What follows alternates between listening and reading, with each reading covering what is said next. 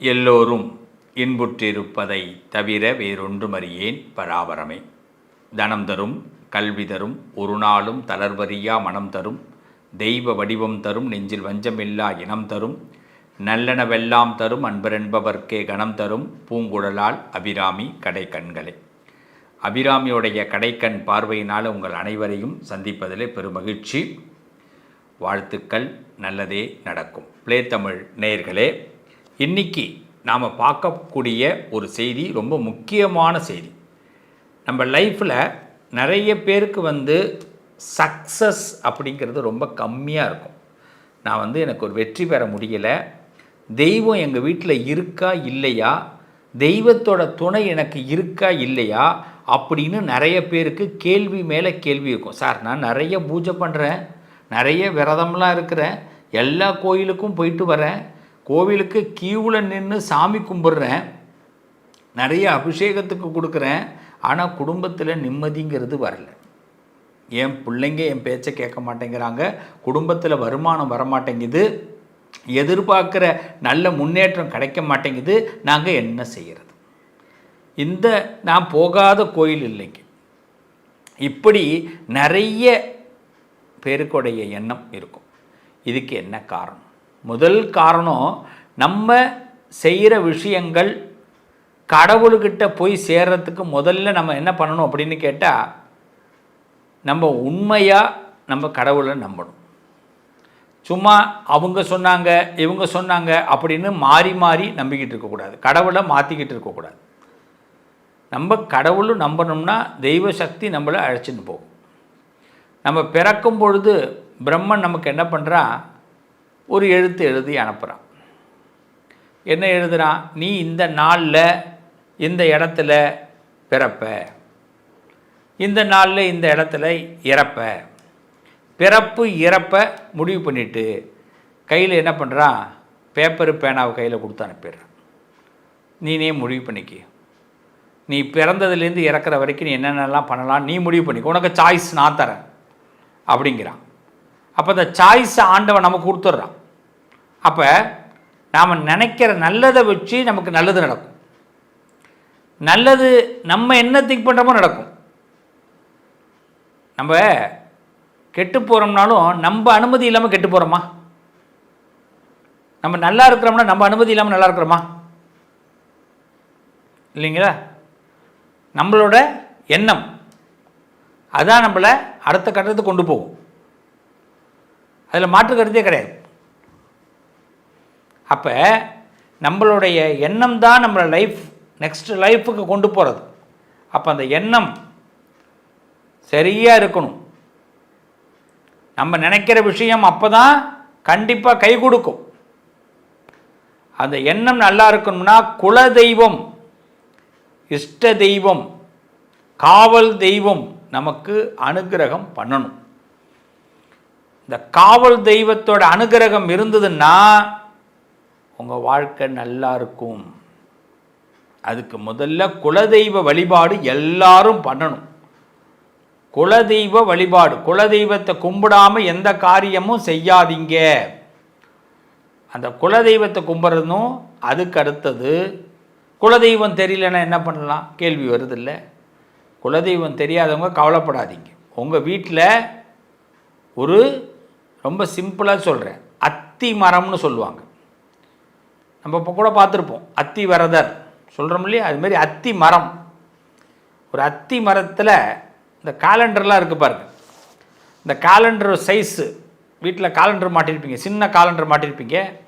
அந்த காலண்டர் சைஸுக்கு ஒரு அத்தி மரம் வாங்கி ஒரு பிளேட்டு காலண்டர் மாதிரியே இருக்கும். இல்லைனா இப்போ இது மாதிரி நோட்டு சைஸு கூட வாங்கிக்கலாம். இது மாதிரி ஒரு நோட்டு சைஸு வாங்கிக்கலாம். இந்த நோட்டு சைஸில் வாங்கி ஒரு அத்தி மரம் அந்த அதே மாதிரி நோட்டு மாதிரியே இருக்கணும். அதுக்கு ஒரு நல்ல நாளில் ஒரு பௌர்ணமியில் எண்ணெய் பால் அபிஷேகம் பண்ணி அதுக்கு உங்கள் வீட்டு சாமி ரூமில் சந்தனம் போட்டு குங்குமம் போட்டு வச்சு நீ தான் குலதெய்வம்னு விளக்கேற்ற ஆரம்பிங்க. அவ்வளோதான். குலதெய்வம் அங்கே இருக்கும். குலதெய்வம் தெரியாதவங்க இதை செய்யுங்க. அத்திக்கு அவ்வளோ பவர் உண்டு. கண்டிப்பாக அந்த குலதெய்வம் நம்ம வீட்டுக்கு வரும், குலசாமி நமக்கு வீட்டுக்கு வருவாங்க. இறந்து போன எல்லாரும் நமக்கு ஆசீர்வாதம் பண்ணுவாங்க.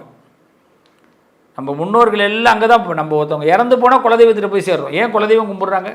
குலசாமி கிட்ட தான் எல்லோரும் போய் சேர முடியும், ஐக்கியம்.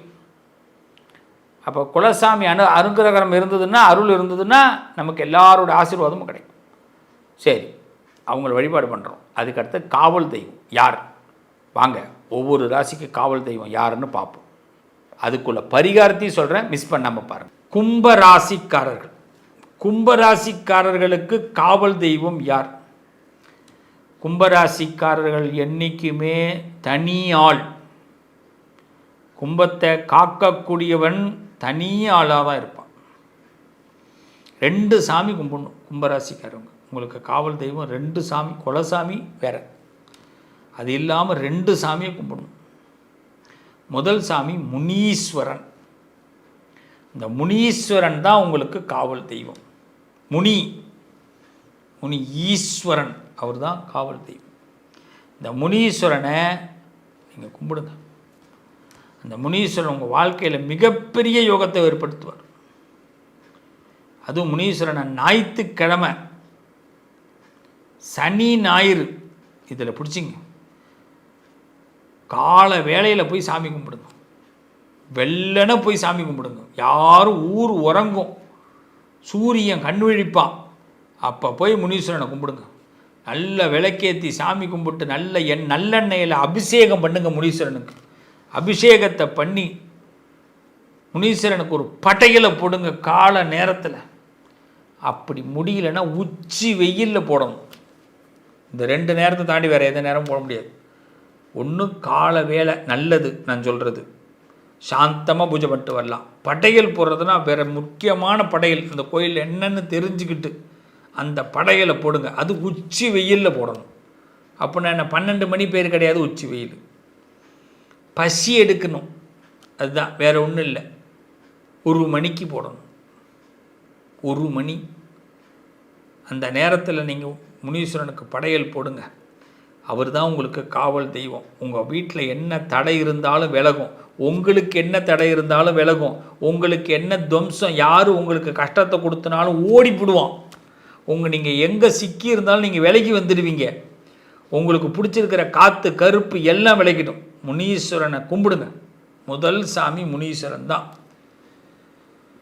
தர்ம முனீஸ்வரன் இருப்பார், சாதாரண முனீஸ்வரன் இருப்பார். முனீஸ்வரன் தான் கும்பத்தை பொறுத்தவரை. சின்னதாக வேல் ஒன்று வாங்குங்க. முனீஸ்வரன் நினச்சி வேல் வாங்குங்க. வேலுன்னா முருகனுக்கு தானே சொல்லுவாங்க, என்ன முனீஸ்வரனுக்கு சொல்கிறீங்கிறீங்களா? வேலில் மணி கட்டி வாங்குங்க, அதுதான் முனீஸ்வரனுக்கு. வேல் இருக்கும், வேலில் இந்த பக்கத்தை இப்படி எடுத்து 2 மணி கட்டி இருக்கும், சின்ன மணி கட்டி வேல் வாங்குங்க. இரும்பில் வாங்குங்க, பித்தளை வெள்ளி தங்கம்லாம் வேண்டாம், இரும்பு தான். இரும்பு வேல் வாங்குங்க, இந்த அளவுக்கு வாங்குங்க. அதை பாருங்கள், இந்த கையில் இந்த அளவுக்கு இது தாண்டக்கூடாது, அதிகம் இந்த அளவு தாண்டக்கூடாது. வேல் வாங்கி முனீஸ்வரனை வழிபாடு பண்ணுங்க. நிச்சயமாக சொல்கிறேன், வேல் வாங்கி முனீஸ்வரன் கோயிலில் வைங்க. இல்லை பெரிய வேல் வாங்க, உங்கள் ஒசரத்துக்கு வேல் வாங்கி முனீஸ்வரனுக்கு வைங்க. உங்களால் எது முடியுமோ செய்யுங்க. ஆனால் இரும்பில் தான் வேல் வாங்கி வைக்கணும், மணி கட்டணும். மணி கட்டி இருக்கிற வேல் முனீஸ்வரன் கோயிலில் வைங்க, நீங்கள் நினச்ச காரியம் நடக்கும். சின்ன வேல் வாங்கி வைக்கலாம் முடியாதவங்க. முடிஞ்சதுன்னா காசு பணம் இருக்குன்னா பெரிய வேல் வாங்குங்க. என்ன எவ்வளோ வரும், 2000 4000 வரும்னு நினைக்கிறேன், தெரியல. ஆனால் தெரியாமல் நான் எதுவும் சொல்லக்கூடாது. எவ்வளோ அமௌண்ட்டெல்லாம் தெரியாது, 8000 கூட வரலாம். சொல்ல எனக்கு அந்த எல்லாம் எடை போட்டு தான் சொல்லுவாங்க. சின்னதாக வாங்கினா இந்த அளவுக்கு மேலே, இந்த அளவுக்கு வாங்கிக்கலாம். வாங்கி முனீஸ்வரன் கோயிலில் வேண்டி வைங்க. ஆனால் மணி கட்டி இருக்கிற வேலை இருக்கணும். முனீஸ்வரன் தான் உங்களுக்கு எல்லாமே. கும்பராசிக்கு முனீஸ்வரன். செருப்பு இல்லாமல் நடங்க, முனீஸ்வரன் நம்பிக்கிட்டு. ஏதாவது ஒரு முக்கிய நாள், முக்கியமாக ஒரு விஷயம் செய்கிறீங்கன்னா அன்றைக்கி செப்பல் போடாதீங்க, உங்களுக்கு நல்லது நடக்கும். எவனாக இருந்தாலும் உங்களை பார்த்தா உதறுவான். ஒரு காரியத்தை நீங்கள் நடத்தணுன்னா செருப்பு இல்லாமல் நடந்து பாருங்கள், அந்த காரியமும் நடக்கும். உங்கள் காலும் ஈஸியாக நடக்கும். நீங்கள் போகிற பாதை அழகாக இருக்கும், கெட்டதெல்லாம் விலகும். புரியுதுங்களா? அது மாதிரி இந்த ஆடக்கூடியவர்கள் கலைஞர்கள் இந்த கோவில்கள்லாம் வந்து ஆடுவாங்கள்ல, அவங்களுக்கு சலங்கை வாங்கி கொடுங்க. சலங்கை வாங்கி அவங்களுக்கு தானம் கொடுங்க. கும்பராசிக்காரவங்க ஆடக்கூடியவர்கள், நீங்கள் கொடுக்குற தானம் தான் உங்களை வளர்க்கும். நீங்கள் எவ்வளோ யாருக்கு தானம் கொடுக்குறீங்களோ அது உங்களை வளர்க்கும். நீங்கள் பண்ணுற புண்ணியம், நீங்கள் யாருக்காவது ஒருத்தவங்க தெரிஞ்சு உதவி பண்ணிங்கன்னா அவன்லாம் நன்றி கடனே படமாட்டான். நீங்கள் என்ன உதவி பண்ணாலும் அதுக்கு பிறகு செய்யலைன்னா நீ யாருன்னு கேட்பான். என்ன நீ அன்றைக்கி பண்ண இன்றைக்கில பண்ணுறதில்லை அப்படின்வான். நீ என்ன பெரிய ஆள் ஆகிட்டியா அப்படின்வான். கும்பராசிக்காரவங்க கொடுத்துக்கிட்டே இருந்தால் தான் கும்பராசி எல்லாருக்கும் பிடிக்கும். குடத்துலேருந்து வந்துக்கிட்டே இருக்கணும், அப்போ தான் கும்பத்தை எல்லாருக்கும் பிடிக்கும். குடத்தில் ஒன்றும் இல்லைடான்னு சொன்னால் ஒரு பையில நம்ப மாட்டான். எடுத்து கவுத்தா கூட நீ மறைச்சிக்கிட்டு இருக்கேன்னு சொல்லுவான். அதனால தான் நான் சொல்கிறேன், எப்படி உதவி பண்ணணும், சலங்கை வாங்கி கொடுக்கணும். இந்த கோவில்கள்லாம் ஆடுவாங்க நடன கலைஞர்கள், சாப்பாட்டுக்கே கஷ்டப்படுவாங்க. அது மாதிரி உள்ளவங்களுக்கு, நடன கலைஞர்களுக்கு அவங்க பாதத்தை தொட்டு அதை வாங்கி கொடுங்க. அந்த பாதத்தை, அந்த ஆட்டமே அவங்க காலில் தான் இருக்குது. ஆண் பெண் யாருக்கு வேணாலும் வாங்கி கொடுக்கலாம். செய்யுங்க. முனீஸ்வரனை கும்பிடுங்க, வேல் வாங்கி வைங்க. அதே மாதிரி முனீஸ்வரனுக்கு வேல் வாங்கி வைங்க, சலங்கை வாங்கி முனீஸ்வரன் கோயிலில் தான் கொடுக்கணும். அது ரொம்ப முக்கியம். முனீஸ்வரன் கோயிலுக்கு அவங்கள கூப்பிட்டு வந்து முனீஸ்வரன் கோயிலில் கொடுக்கணும். நீங்கள் மட்டும் அவங்க வீட்டில் கொண்டு போய் கொடுக்க முடியாது. முனீஸ்வரன் கோயிலுக்கு அவங்கள கூப்பிட்டு கொடுக்கணும். சரிங்க, ரொம்ப தூரத்தில் இருக்காங்க, என்னங்க பண்ணுறேன்னா முனீஸ்வரன்கிட்ட கொண்டு போய் வச்சு, முனீஸ்வரா அவங்க வீட்டில் இங்கே தான் இருக்குது அப்படின்னு அவங்கள சொல்லிவிட்டு, இந்த தெருவில் இருக்கிறாங்கன்னு நான் போய் கொடுக்குறேன்னு சொல்லி கொடுங்க. நீங்கள் இங்கேருந்து வாங்கிட்டு போய் யாரை தேடலாம், எங்கே இருக்காங்க அப்படின்னு தேடி கண்டுபிடிச்சி கொடுக்காதீங்க. ஆமாம். அதேமாரி சமூக சேவை, முனீஸ்வரனுக்கு என்னென்னா அன்னதானம் போடுங்க, நிறைய அன்னதானம் போடுங்க. அன்னதானம் தான் அதுவும் முக்கியமாக. நல்ல விருந்து வைங்க. அதான் விருந்து வைங்க. 10 பேர் செய்யுங்க, 10 பேர் கும்பராசி சேர்ந்து செய்யுங்க. ஒரு கும்பராசியால் விருந்து வைக்க முடியுமா? என்னையா நீ மட்டும் சொல்லிட்டு போகிற அப்படின்னு கேட்கலாம். 10 கும்பராசி சேர்ந்து வைங்க. அப்படி பண்ணுவோம். அப்படி இல்லையா, ஒருத்தவனுக்காவது சோறு போடும். இந்த தேவை இல்லாதவனுக்கு சோறு போடுறத விட தேவையானவனுக்கு அத்தியாவசியமாக அவங்களுக்கு தேவைப்படும் இல்லையா, அந்த அத்தியாவசிய பொருட்கள் அவங்களுக்கு வாங்கி கொடுக்கலாம். ரொம்ப அவசியமாக தேவைப்படும். அது இல்லாமல் இருக்கும். அதனால் வீட்டில் உள்ளவங்களுக்கு பொருள் வாங்கி கொடுக்கலாம். அரிசி, பருப்பு, காய்கறிகள், இது வந்து தானமாக கொடுங்க கும்பராசிக்காரவங்க. முனீஸ்வரனுடைய அருள் கண்டிப்பாக கிடைக்கும். காவல் தெய்வமாக இருந்து முனீஸ்வரன் உங்களுக்கு நல்லது செய்வார். எக்காரணம் கொண்டும் நிரந்தர வெற்றியை கண்டிப்பாக முனீஸ்வரன் உங்களுக்கு கொடுப்பார். நல்லது நடக்கும். ஏன்னா கும்பத்தை பொறுத்தவரை யாரையும் கெடுக்கக்கூடிய எண்ணம் கிடையாது. அதனால் உங்கள் நல்ல எண்ணமே உங்களுக்கு நல்லதை நடத்தி கொடுக்கும். பிளேத்தமிழ் நேயர்களே, நான் சொன்ன பதிவு விளையாட்டான பதிவு அல்ல. காவல் தெய்வம் நம்மோடு துணையாக இருப்பாங்க. நமக்கு எப்பயுமே இந்த சோல்ஜர்ஸ்ன்னு சொல்லுவாங்க இல்லைங்களா, படை தளபதிகள் 2 பேர் இருந்தால் தான் நம்ம வாழ்க்கை நல்லா இருக்கும். அப்போ தான் நம்ம மேலே ஒரு பயம் மற்றவங்களுக்கு இருந்தால் தான் வெற்றி கிடைக்கும். ஒரு மனுஷனுக்கு அதிர்ஷ்டம் இருந்தால் வெற்றி கிடைக்காது. அந்த மனுஷன் மீது ஒரு பயம் இருந்தால் தான் வெற்றி கிடைக்கும். ஒருத்தனுடைய பார்வையில் பலம் இருக்கணும், கண்ணில் பலம் இருக்கணும். நீங்கள் உடனே கண்ணாடியெலாம் காட்டி நீ உன்கிட்ட பலம் இருக்கான்லாம் கேட்காதீங்க. எனக்கு என்ன பலம் இருக்குன்னு ஆண்டவனுக்கு தான் தெரியும். ஆமாம். அதனால் இந்த கண்ணில் பவர் இருக்கணும். அந்த பவர் எப்போ இருக்குன்னா, இது மாதிரி காவல் தெய்வங்களை மனசில் உருவேற்றி அப்படி நிப்பாட்டும் போது தான் கண்ணில் பவர் வரும். குலதெய்வம் மனசுக்குள்ளே இருக்கணும், காவல் தெய்வம் நம்ம இதை பாருங்கள் இந்த 2 இடத்துல இருக்கணும் நம்மளுடைய. புரியுதுங்களா உங்களுக்கு? அதுதான் இப்படி பார்த்தீங்கன்னா இந்த காவல் தெய்வம் காதில் பேசும். இங்கே உட்காந்துக்குமா, இந்த தோல் பட்டையில் இப்படி உட்காந்துக்கிட்டு இப்படி கேட்டிங்கன்னா அந்த காவல் தெய்வம் சொல்லும், போடா, போப்பா, போவாத, இப்படி சொல்லுமா. அப்படி தான் அந்த காவல் தெய்வத்தை கும்பிடணும். காவல் தெய்வத்தை கும்பிடும்போது கொஞ்சம் நமக்கு வீரம் இருக்கும். சும்மா காவல் தெய்வத்தை ஏதோ ஒன்று சொல்லியிருக்கிறாரு, இந்த சாமியை போய் கும்பிட்டுட்டு வரலான்னு இருக்கிறேன் அப்படின்னு வேணாம். இது என்ன, இந்த சாமியெல்லாம் கும்பிட்டு என்ன நடக்க போகுது அப்படின்னு யோசிச்சிடாதீங்க.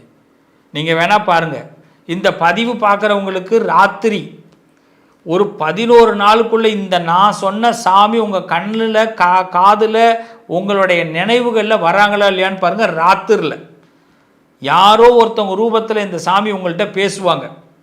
இது நிதர்சனமான உண்மை. நான் கடவுள் மீது வைக்கிற நம்பிக்கையில் உங்கள்கிட்ட பேசிக்கிட்டு இருக்கிறேன். அதனால் இந்த கடவுள் உங்களுக்கு நீங்கள் சொன்ன சாமியை போய் வழிபாடு பண்ணுங்க. காவல் தெய்வங்கள் உங்களை கைவிடாது. ஏன்னா ஒரு பிரச்சனைன்னு வரும்போது எல்லாரும் ஓடி ஒளிஞ்சிடுறான். நம்ம ஒரு பையலும் உதவி பண்ண மாட்டேங்கிறான். கடன் வந்தாலும் ஒரு பையன் உதவி பண்ண மாட்டேங்கிறான். கஷ்டம் வந்தாலும் ஒரு பையன் உதவி பண்ண மாட்டேங்கிறான். வருத்தப்படுறோம், அனாதையாக நிற்கிறோம் சில இடங்களில். அப்போ நம்ம என்றைக்கோ சாமிக்கு ஏற்றின விளக்கு தான் நமக்கு ஒரு தீபம். விளக்கு என்ன பண்ணுது? வழியை காட்டுது. இந்த காவல் தெய்வங்களை வழிபாடு பண்ணும்போது இந்த காவல் தெய்வங்கள் இந்த இந்த தோள்பட்டையில் உட்காந்துக்கிட்டு இந்த நமக்கு வழிகாட்டுது. இந்த பக்கம் போ, அந்த பக்கம் போ, இந்த பக்கம் போ அப்படின்னு. அதே மாதிரி பார்த்தீங்கன்னா இந்த மாடு ஸ்பீடாக போகலன்னா அந்த காலை அந்த மாட்டு மேலே வச்சாருன்னா அந்த கால் வேகமாக அந்த மாடு வேகமாக போகும். இதெல்லாம் மாடு ஓட்டுறவங்களுக்கு தெரியும். அதே மாதிரி தான் இந்த நம்மளுடைய காவல் தெய்வம் நம்மளுடைய தோள்பட்டையில் உட்காந்துக்கிட்டு நீ இந்த பக்கம் போ, அந்த பக்கம் போன்னு கரெக்டாக நம்மளை வழி நடத்துவாங்க. வழி நடத்துறதுக்கு இன்றைக்கி ஆள் இல்லைங்க. காவல் தெய்வங்களை நீங்கள் வழிபாடு பண்ணும்போது உங்களை கண்டிப்பாக வழி நடத்துவாங்க. இன்னிய வரைக்கும் உங்களுக்கு என்ன வேணாலும் பிரச்சனை இருக்கலாங்க. இந்த ஒரு விஷயத்தை நீங்கள் செய்யுங்க. இந்த ஒரு விஷயத்தை மறக்காமல் செய்யுங்க. அந்த ஒரு விஷயம் செய்கிறதுனால உங்களுக்கு காவல் தெய்வத்தோட அனுகிரகம் பரிபூர்ணமாக கிடைக்கும். என்ன தெரியுமா? உங்களுக்கு எந்த காவல் தெய்வம் சொன்னேன், எத்தனை காவல் தெய்வம் சொல்லியிருக்கேன் பாருங்கள். அந்த காவல் தெய்வங்களுக்கு ஒரு 11 ரூபா பணம் ஒரு மஞ்சள் துணியில் முடிஞ்சு வைங்க. ஒரு காவல் தெய்வத்துக்கும் 11 ரூபா பணம் மஞ்சள் கலர் துணியில் முடிஞ்சு வைங்க. இல்லை வெள்ளை துணியில் மஞ்சளை நினைங்க. ரொம்ப நல்லது அதுதான். மஞ்சள் கலரில் துணி வாங்குறத விட வெள்ளை கலர் காடா துணியை வாங்கி மஞ்சளை நினச்சிட்டு ஒரு உள்ளங்கை அளவுக்கு இப்படி கட் பண்ணிவிட்டு அதில் 11 ரூபா பணத்தை வச்சு ஒரு முடிச்சு போட்டு சாமியை நினச்சி வைங்க. ஐயா காவல் தெய்வமே, உன்னை நம்புகிறேன், என் குடும்பத்தை காப்பாற்று, என்னையை காப்பாற்று.